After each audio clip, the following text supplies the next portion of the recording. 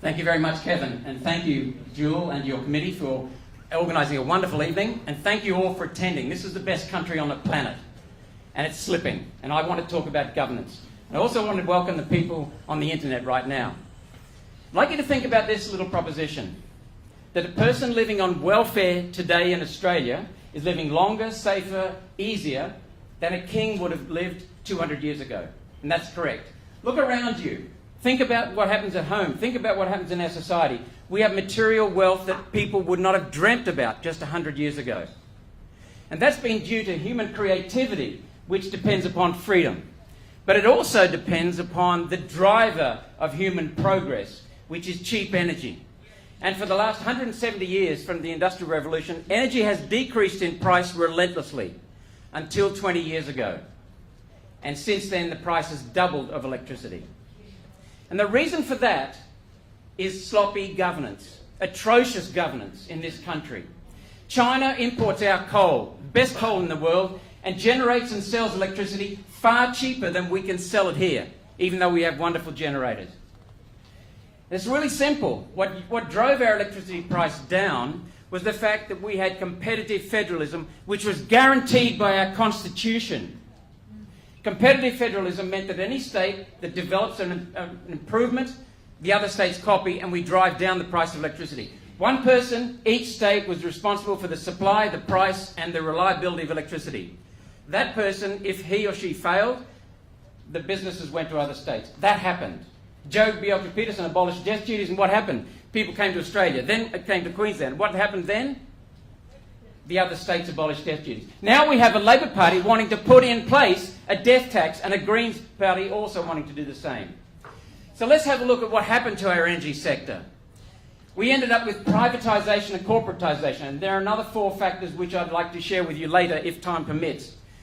But when you have privatisation or corporatisation of an essential service, then you have price rigging, because it's not a market anymore. It used to be a market under competitive federalism where the states competed, but now it's a guaranteed game rigging system called a national energy market, which is really a national energy racket.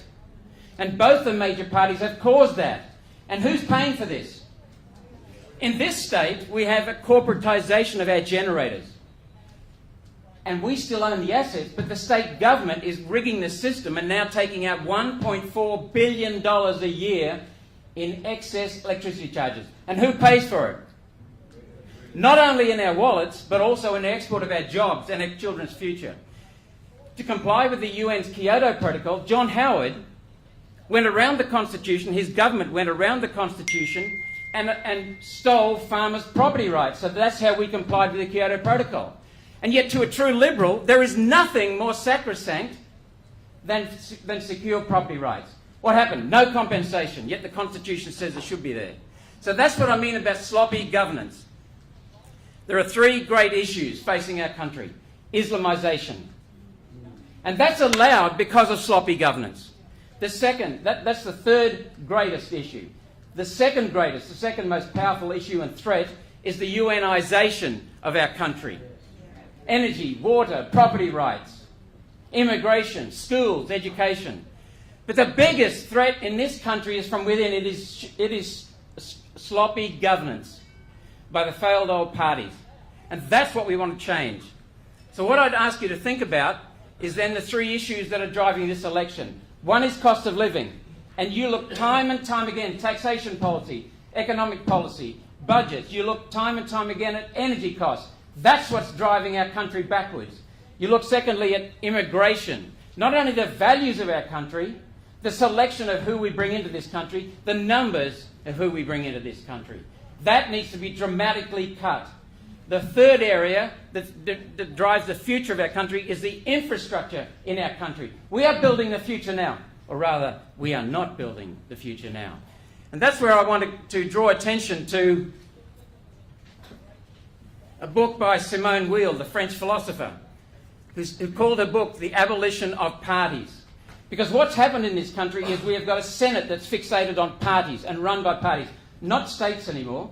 We have got major parties that are working for the parties. And as Simone Weil said, the party becomes the objective. And what I'm very proud to say is that I work with the most remarkable woman I've met in Australian politics, the most remarkable person I've met, because of her courage, her honesty and her passion for this country. And she doesn't use the party as the objective, she uses the party as a vehicle for Australia. That is Pauline Hanson. And that's why I have volunteered to work with Pauline Hanson for years now. And her amazing ability in the Parliament to work in front of the cameras, behind the scenes, every way you can think of. Pauline never stops. And her values are vital to this country.